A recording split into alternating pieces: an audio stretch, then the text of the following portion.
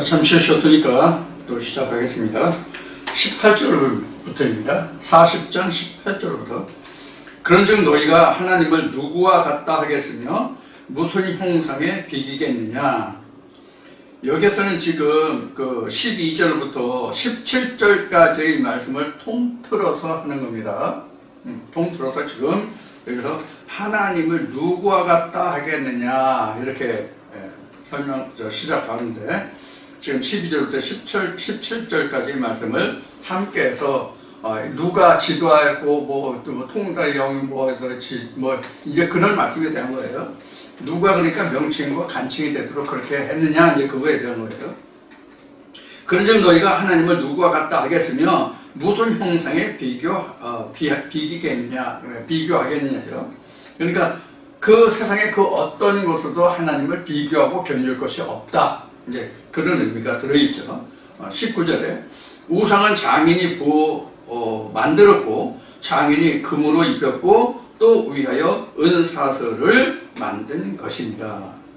여기서 우상은 장인이 만들었다는, 장인은 그 깎고 다듬고 이런 일을 하는 것을 장인이라고 그러죠.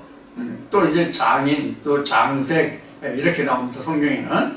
그러니까 우리가 그 말하는 것은 그 목공들이나 또 그 도예가들을 이제 일컫는 게 이제 여기서 장인이나 이제 장색이에요. 그래서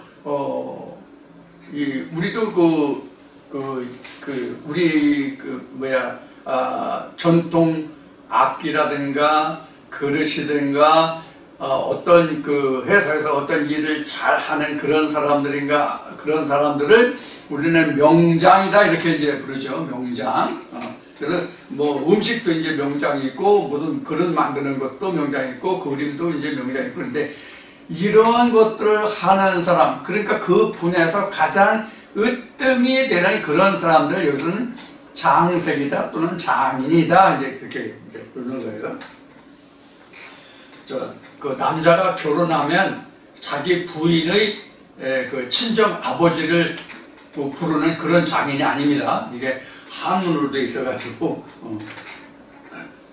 그래서 이제 장색으로, 그 장색은 장인이 만든, 그러니까 어떤 물건을 부어 만들거나 깎아 만들거나 뭐 이런 것을 만들어서 거기다 색칠하는 것이 이제 장색이죠. 색칠하는 금으로 입혔고 또 위하여 금사슬을 만드는 것이다. 여기서 금을 입혔다, 금사슬을 만들었다 하는 것은 뭐냐면, 성경에서 금이라는 것은 창세기 2장에서 나온 것 같이 금은 하나님을 말합니다. 그래서 하나님이 정금이죠.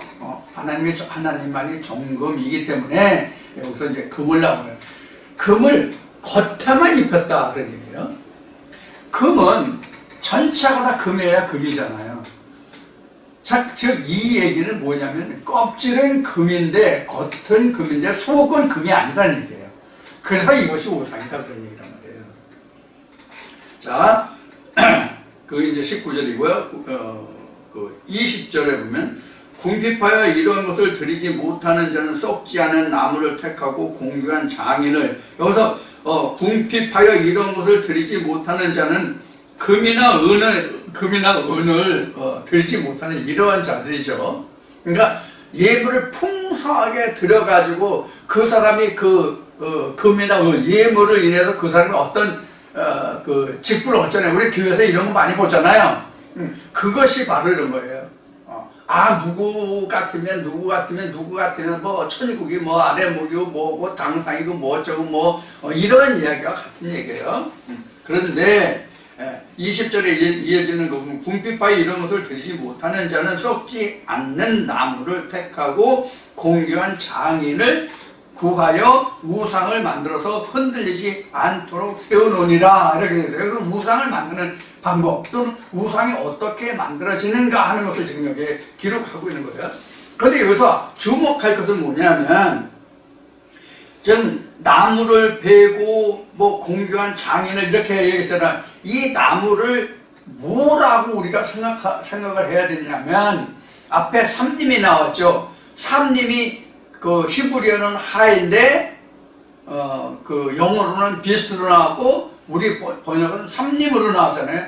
이런 삼림 중에서 하나를 배웠다 이 뜻이에요. 여기에서요. 20절에서 궁핍하 이런 것을 드리지 못하는 사람은 짐승 중에서, 즉 하나님의 이름은 부르지만 그 안에는 하나님의 그 말씀이 없는 이런 자들이란 말이에요.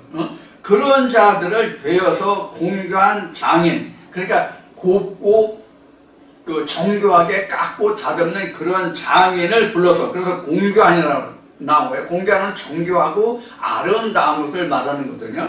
그래서 공교한 장인을 구하여 우상을 만들어서 흔들리지 않도록 세우느니라 이러세요. 공교한 장인이라고 하는 것은 여기에서 그 말하는 것은 실제로 어떤 나무를 깎고 금 이런 것을 세공하는 이런 자들, 장인 장색을 그 말하는 것이지만 실제 이것은 무엇을 말하냐면 오늘날 우리가 쉽게 이해할 수 있는 것은 신학이에요. 그래서 신학에 가면 당신은 하나님이 그 당신에게 하나님의 종으로 달란트를 줬어. 그러니까 당신 같은 사람 하나님의 종이 돼야 돼. 이러면 그 사람 신학가라고 신학을 시킨단 말이에요. 신학을 그 이수하게 해가지고 목숨 안수를 받아요. 이게 정교하게 다듬었다는 얘기예요.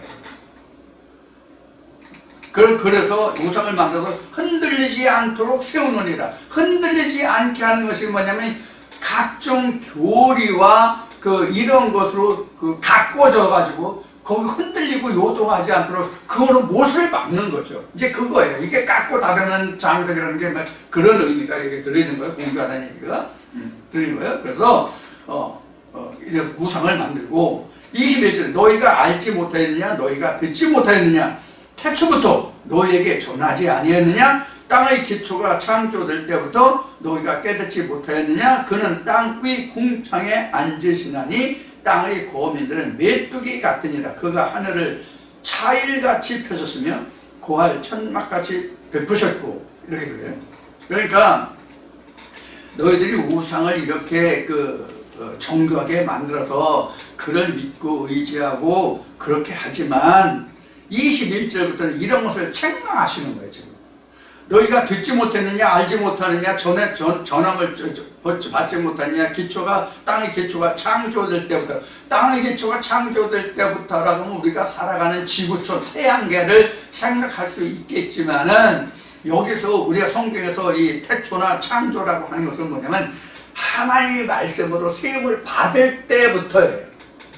그러니까 그것이 우리 성경에서 보면 그 가장 먼저 말하고 있는 그 아담 때부터, 이 아담이라는 사실 고유명사예요. 고유대명사예요. 그래서 아담은 영원히 아담이에요.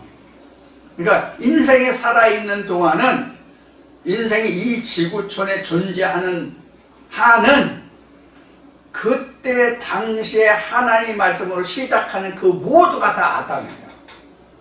똑같이 창세 때의 아담이나 노아 때의 아담이나 아브라함 때의 아담이나 예수 때의 아담이나 모세 때의 아담이나 지금 우리가 사는 이 시대의 아담이나가 똑같다고. 모든 인생이 아담이에요. 하나님의 말씀을 접해야 할 그 모든 자들이 다 아담이나 마찬가지예요. 그러니까 그 중에서 제 블로그에 보면 아담이라는 그 단어에 아담의 종류 또는 사람의 종류라는 말이 있듯이 하나님과 전혀 상관없는 아담도 있고, 하나님과 관계가 있는데 진짜 하나님 표 아담도 있고, 하나님 표를 흉내낸 아담도 있고, 이런 거. 이게 이제 사람의 종류, 아담의 종류예요. 그러니까 모든 사람이 아담 안에 들어가는 거예요. 다 아담. 그러니까 아담은 사실은 오늘날 영어로 얘기하면 우리말로 하면 인간, 사람이라는 얘기고 영어로 휴먼이에요. 이미 얘기한 것 같아요. 그런 사람들에게 정해져 있고, 땅의 기초가 창조될 때부터 너희가 깨닫지 못해. 땅의 기초라고 하는 것은 여기서 다시 또 2분설 3분설에 나오는데 이게 바로 성경의 모습이거든요. 하나님의 태초에 뭐 버렸어요? 천지를 창조했다죠. 창세기 1장 1절에 천지를 창조했대. 이 천지를 창조했다가 바로 여기에 21절에는 기초가 창조될 때부터예요. 이게 이 말의 뜻이 이게 그래서 천지 이렇잖아요. 천지가 이런데 이것을 다시 이렇게 나누다 보니까 지성소가 있고 성소가 있고 여기까지가 하늘의 천이에요. 땅으로 보면 하나님의 그 성소가 되는 뜰이 있고 그 다음에 그 밖이 있잖아요.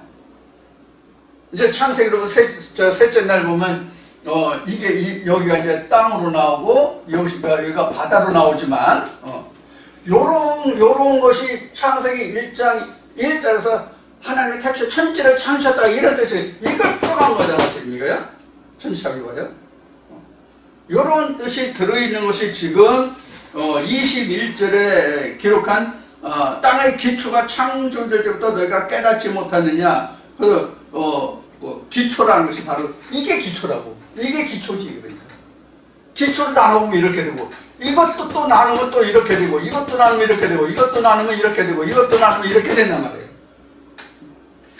그래서 앞 시간에 얘기했듯이 모두가 다 천국이라고 하는 것은 자기가 자기 토로 얘기하는 천국이 됐다. 그런 얘기를 그래서 하는 거예요. 그래서 이 말뜻을 제대로 알지 못하면 그럼 다 천국인데 뭘 하나님을 해서 힘써 헌금 내고 시간 버리고 뭐 하면서 왜 내가 굳이 하나님을 찾아야 되냐 이렇게 스스로 우양을 삼아서 실족하게 되는 일이 없지 않았는가 하는 것 때문에 마음이 무거웠다는 얘기를 표현한 거예요. 자, 그 다음에 이제 봅시다. 22절이네. 22절. 그는 땅 위에 또 어디야? 22절. 땅 위에 궁창에 앉으시나니 궁창에 앉으 이게 그 궁창이죠. 근데 여기서 지금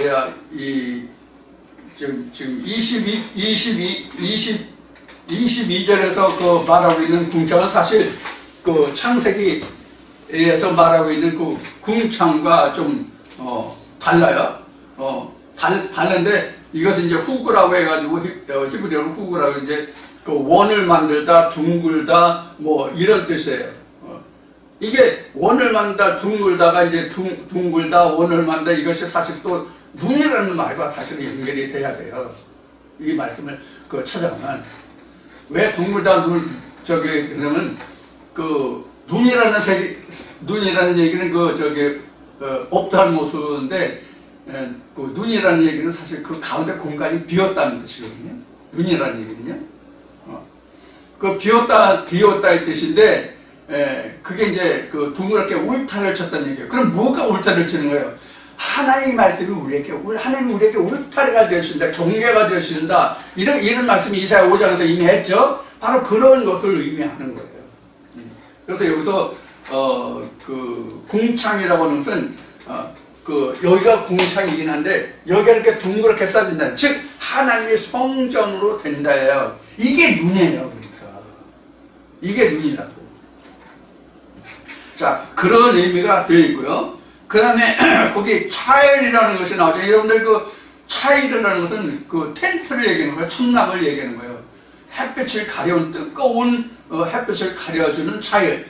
즉 뭐냐면 안식처, 휴식처.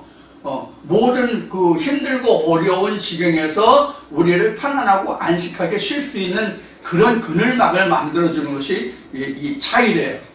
그래서 세상의 모든 고난과 힘들면서 우리를 보호함을 주는 그것을 차일이라고 하는 거예요. 이게 이제 차일이라는 것은 우리가 지금은 이제 차일이라는 것을 잘 못 보죠. 시골에서도 지금 차일이라는 게 없어요. 왜냐면 내가 어렸을 때는 차일이라는 것이 동네 잔치가 벌어지거나 또는 상을 맡거나 어느 집에서 상을 당한 사람 죽거나 그러면 사람들이 모이잖아요. 그럼 사람들이 모이면 그 안에서 음식도 나눠 먹고 서로 조문도 하고 동네 사람들께 인사도 하고 친척끼리 인사도 하고 모여서 담소를 나눌 수 있는 그 공간이 먹고 마시고 담소도 나누고 위로도 하고 이런 그 공간을 만들어주는 것이 차일이거든요. 천막이에요. 차이라는 것이 지금은 그래서 차이도 없죠. 왜냐면 결혼식장이나 장례식장이 있어서 결혼식장이나 장례식장 가서 지금 결혼도 하고 장례도 치고 그러잖아요. 옛날같이 집에서 결혼하고 장례 치르고 하는 집이 지금 없단 말이에요. 100% 없다고 지금은요. 지금 100%는 아닌가? 혹시 자기 집에서 장례 치르는 집이 있나 모르겠네. 여하튼 내가 봐서는 지금 100% 결혼이나 장례가 결혼식장이나 장례식장에서 하지 가정에서 하지 않을 것 같아요. 그러면 이제 결혼식장이나 장례식장이 이제 그 차이가 되는 거라고 봐야 되겠죠. 그걸 의미하고 천막같이 베푸셨느냐.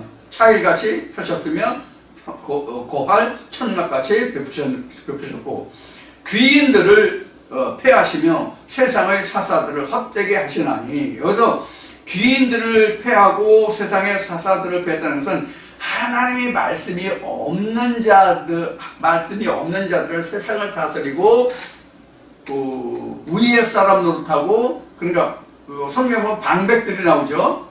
그런 역할을 하는 사람들을 얘기하는 거예요. 그래서 귀인들을 패하시고 세상의 사사들을 헛되게 하시는, 하나님의 사사가 아니라 세상의 사사예요. 그런 것들을 패하고 헛되게 하고, 그들은 겨우 심기웠고 겨우 뿌리웠고 그 줄기가 겨우 땅에 뿌리를 박자 곧 하나님의 부으심을 받고 말라 해리 바람에 불려가는 촉에 같도다. 그러니까 사람에 의해서 깎여지고 다듬어지고 공교하게 할지라도 그것은 앞에 이사 40장에 그 나왔나? 여호와 입의 기운이 불면 다 불 사람이 되리라고 40장에 이미 나왔나? 나왔지. 외치는 자의 소리에서 바로 그런 것을 말하는 거예요. 아무리 공교한 나무를 베어서 장색이 깎고 다듬고 은칠하고 금칠하고 해서 했다 해도 여호와 입의 기운이 불면 다 불사람이 되리라, 그런 얘기예요. 그래서 시험을 하나님 앞에 시험을 받지 못한다는 얘기죠.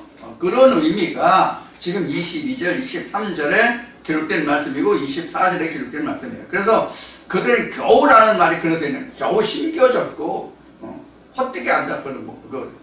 심겨졌고 뿌렸고 줄기가 겨우 땅에 뿌리를 박자. 겨우 뿌리를 박자는 것은 뿌리를 사람들에게 그 말씀이 뿌리에서 그 말씀이 뿌리가 나자마자 이제 그렇게 봐야 되겠죠. 그래서 뿌리를 박자 곧 하나님의 부으심을 받고 말라 해리 바람에 불려가는 촉에 같더라. 촉에라는 것은 바람에 불려가는 그런 지푸라 그럴까? 풀립이라고 그럴까? 그것이 이제 촉이죠. 그럼 25절에 거룩하신 자가 가라사대, 거룩한 자, 즉 하나님 말씀하시기를 그런즉 너희가 나를 누구에게 비교하겠느냐. 즉 하나님을 여호와를 누구에게 비기며 나로 그와 동등되게 하느냐. 나를 그 우상과 같다 하겠느냐. 이제 그런 말이죠. 우상과 같게 하겠느냐, 동등되게 하겠느냐 하시느니라.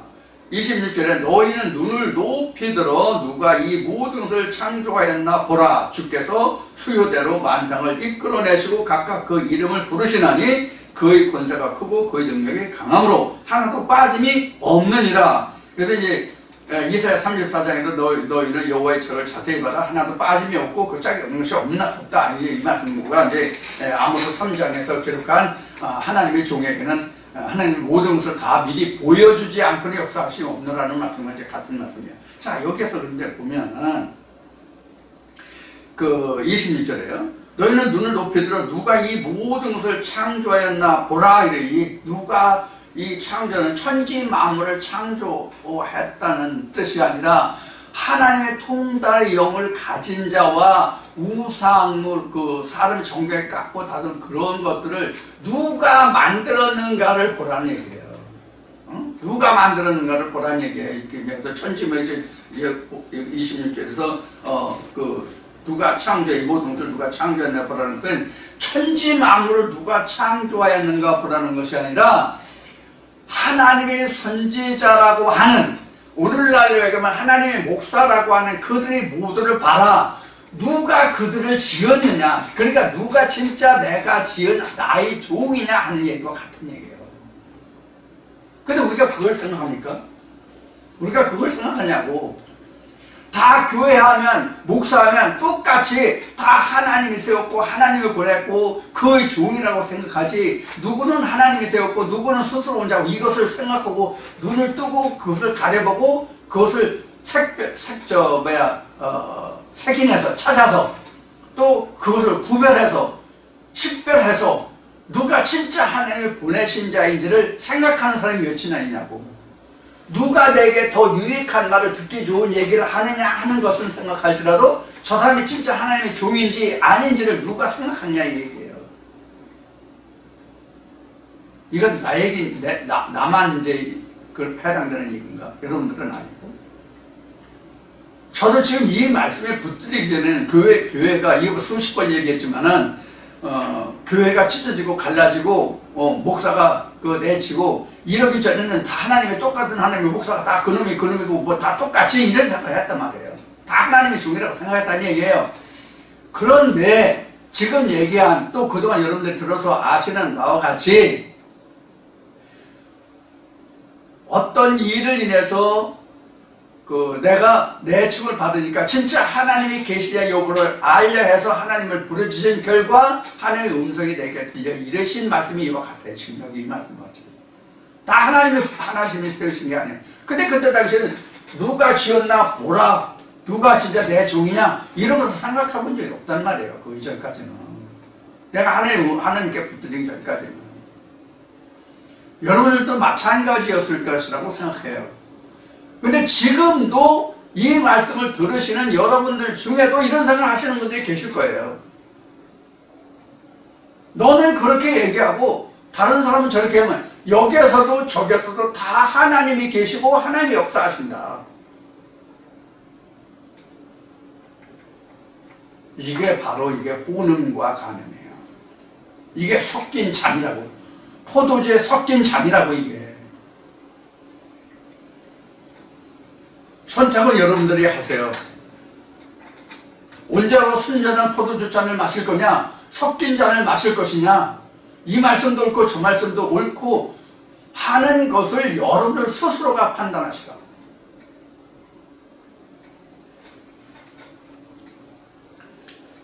그래서 내가 옳다는 얘기가 아니라 하나님의 말씀이 어느 말씀이 옳으냐를 보라는 얘기예요. 인간 이태서 너만 옳다라고 생각하시면 오해예요, 이건요.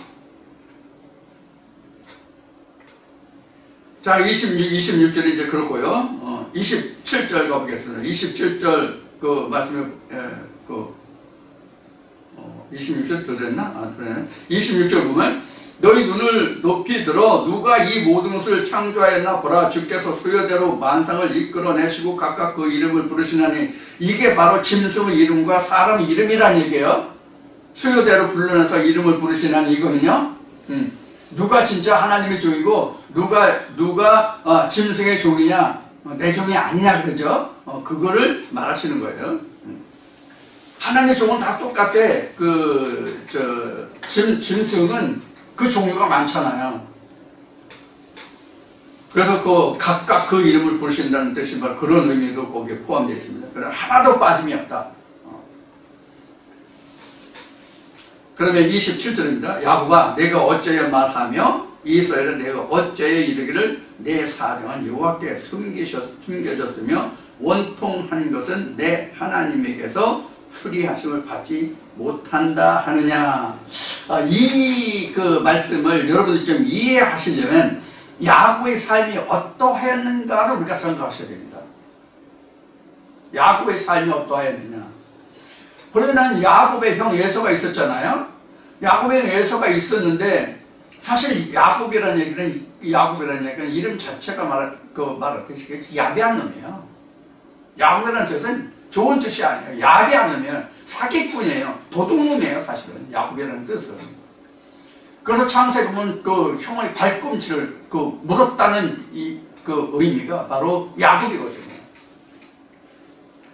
자, 형의 발꿈치를 물었다는 얘기는 이것을 성경 전체로 비교하면 예수가 모세의 발꿈치를 물었다 했던 것 같아요. 이것을 나쁜 표현은 발뒤꿈치를 물은 것인데 좋은 뜻으로 하면 옛 것이 가고 새 것이 온다는 뜻이에요. 그래서 원래는 그 야곱과 에서의 아비가 이삭이잖아요. 이삭의 모든 유업을 누가 받아야 맞아요? 에서가 받아야 맞잖아요. 우리가 세상의 도리대로 한다면. 근데 에서가 받을 것을 어미가 도와서 그 어미의 그 도움을 받아서 야곱이 다 받게 되잖아요. 즉 천국이 우리 육신이 받을 것이 아니라 영이 받아야 된다는 것을 우회적으로 설명한 것이 에서와 야곱의 관계거든요. 이 얘기를 다시 얘기하면 천국이 우리 것이 아니에요. 우리는 천국을 도둑질하는 거예요. 그래서 늘 야곱이라고 하는 거예요. 천국이 본래 우리 것이 아니에요. 천국이 그럼 누구의 것이에요? 아버지의 것이란 말이에요. 아버지의 것인데 아버지 이것을 노출시켰어요? 감추었어요? 감추었잖아요. 지혜롭고 슬기로운 자에게는 열어놓으셨지만 미련한 자고 어리석은 자를 위해서 감춰놓으셨잖아요. 이것이 창세기 3장에서 두루두는 화형검과 그룹들이잖아요. 두루두는 화형검과 그룹들을 둔 것이 감췄다는 뜻이란 말이에요. 그래서 복음서에 보면 지혜로운 자에는 슬기로운 자에는 이런 말씀이 나온 거예요. 지혜로운 자, 미련한 자 이런 말씀이 나오는 거예요. 그래서 우리는 지혜로운 자, 슬기로운 자가 돼서 하나님의 지혜, 통달의 영을 받아 우리가 하나님의 천국을 침나는 자가 돼서 침나는 자는 받을 것이라고 이제 복음서에 나오는 거예요. 그래서 언제부터? 요한의 때부터.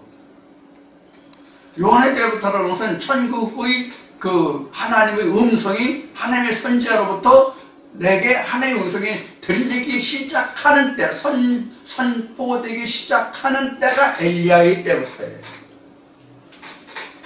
그러니까 생명의 말씀이 하나의 말씀이 똑같은 말씀이 아니라 어느 말씀이 천국에 관해서 예수에 관해서 선포하는 말이냐를 식별해서 그 말씀을 듣는 때부터가 요한의 때예요. 어느 말씀이든지 다 요한의 때가 아니라고.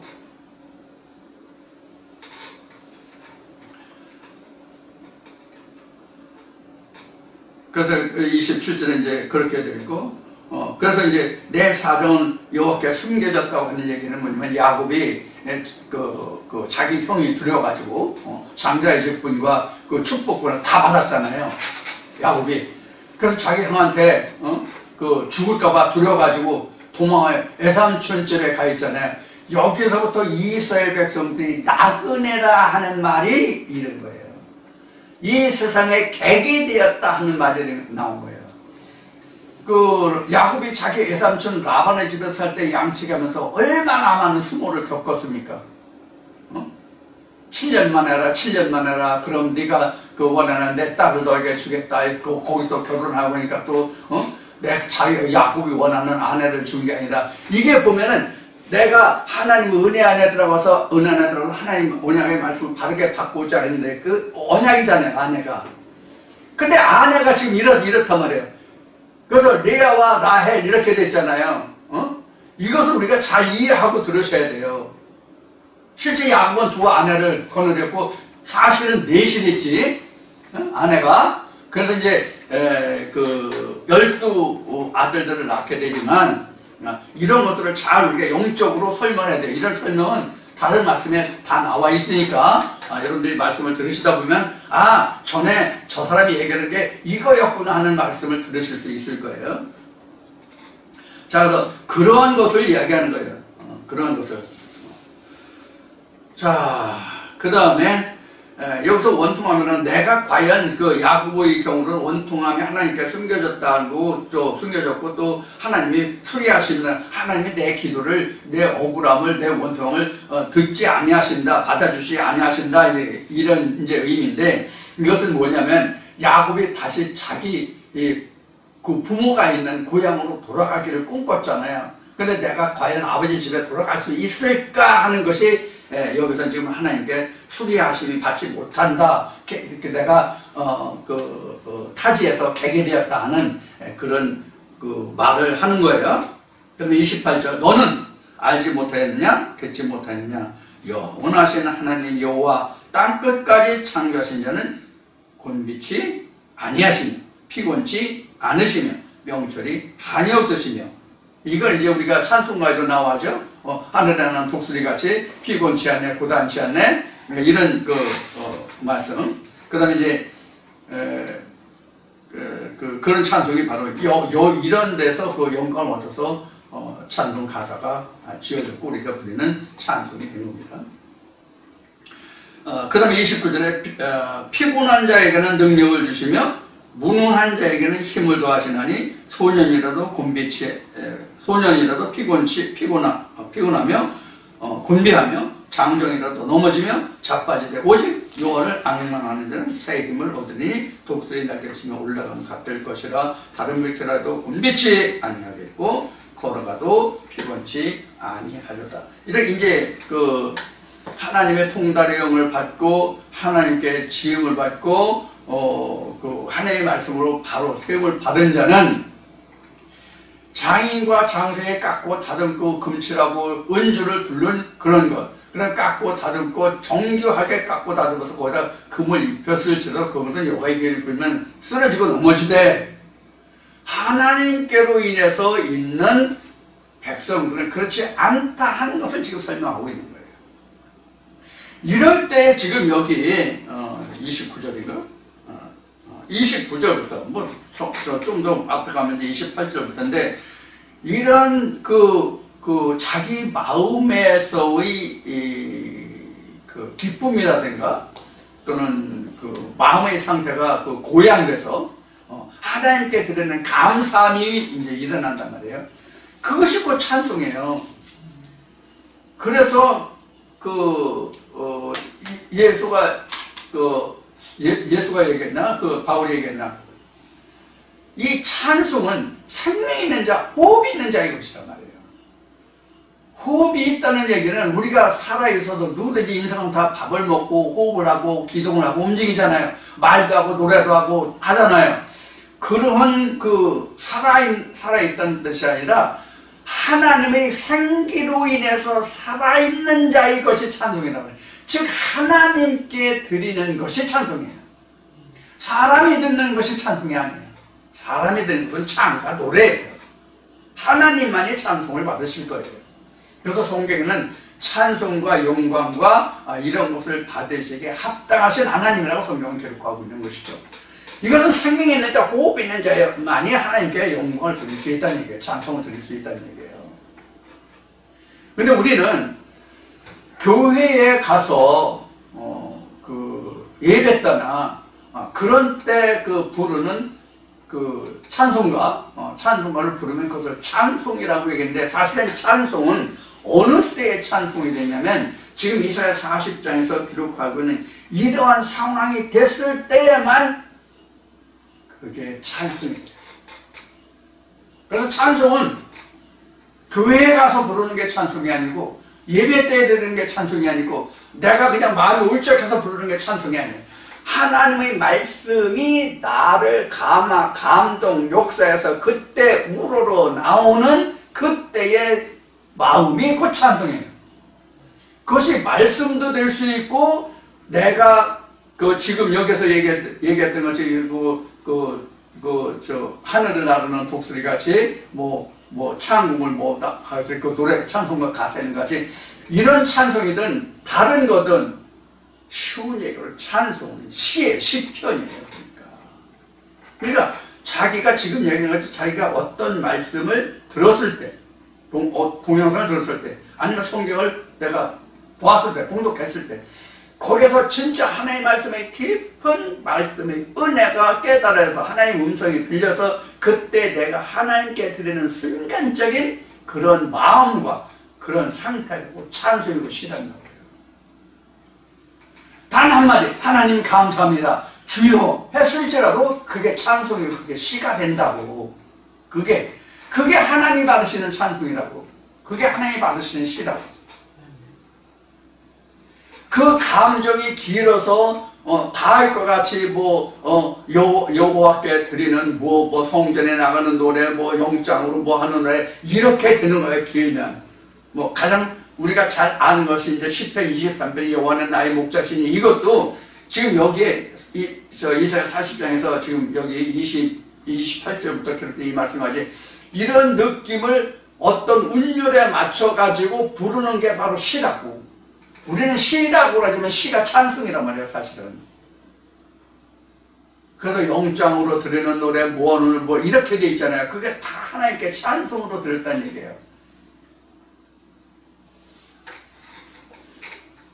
그래서 찬송은 지금 말씀드린 같이 생명 있는 자, 호흡 있는 자의 것이다, 이렇게 얘기했는데, 하나님의 생기로 살아있는 자만이 하나님께 찬송을 드릴 수 있는 거예요. 그래서 우리가 하나님께 예물을 드리고 찬송을 드리고 기도를 드리고, 그 기도가 하나님께, 그 찬송이, 그 예물이, 그 기도가 하나님께서 들으시는 찬송과 예물과 기도가 된다면 그 사람이 진짜 살아있는 생명이에요. 하나님 앞에 존귀한 자예요.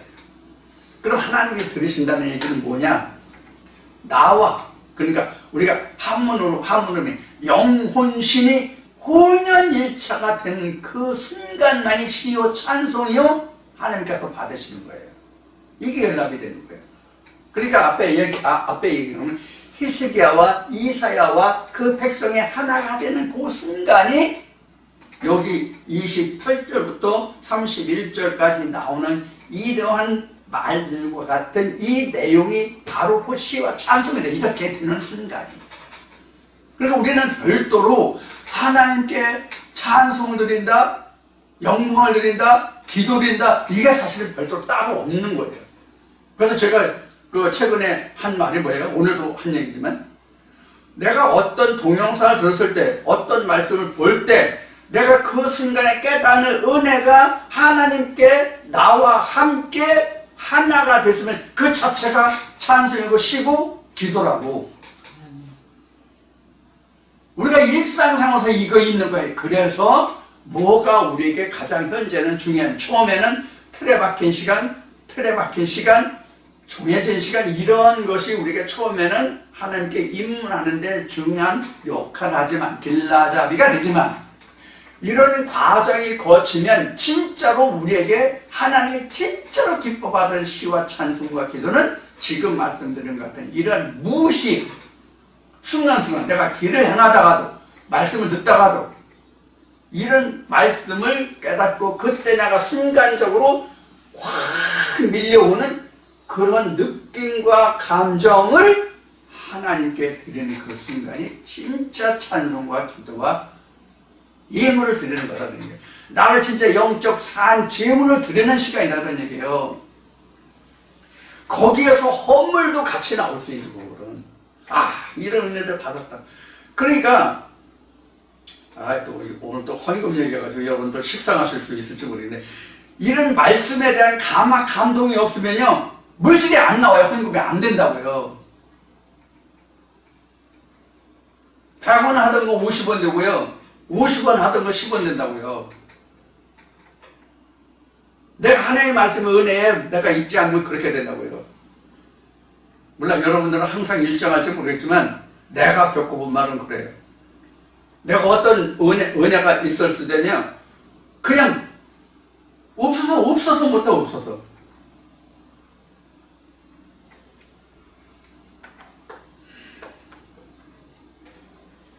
그래서 우리가 하나님의 말씀을 인위적으로 내가 처음에는 내가 인위적으로 이 말씀이 무엇인지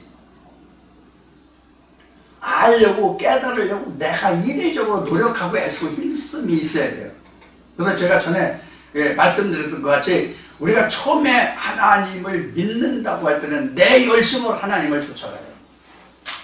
내 열심으로 하나님을 쫓아가다가 조금씩 우리 말의 그 속담에 가라앉게 옷 젖는다는 말이 있잖아요.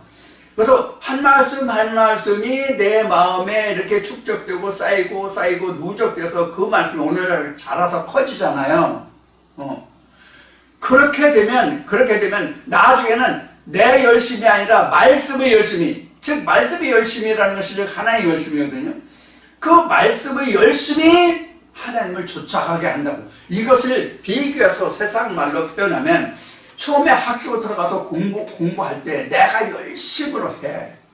내가 열심히 노력해야 돼. 진짜 코피 흘리면서 노력을 해야 돼. 그렇게 해서 어떤 수학이면 수학, 영어면 영어, 국어면 국어, 사회면 사회면, 과학은 과학, 과학이면 과학, 그런 과목에 대해서 내가 어떤 수준에 도달하면 재미가 있거든. 그래서 그 공부에 대해서도 자기가 어느 경지에 들어가서 재미를 느낄 때 거기에 대해서 시너지 효과가 있고, 그래서 더욱더 승승장구할 수 있는, 발전할 수 있는 학문의 깊이가 더해질 수 있는 그런 계기가 된다는, 하나님의 말씀도 마찬가지예요. 그런데 내가 여기에 마음을 투자하지 않고 그냥 내가 오늘 들었으니까, 오늘 내가 1시간 들었으니까, 한 동영상 들었으니까, 한 말씀 들었으니까 이만하면 됐어. 이게 아니단 말이에요. 우리도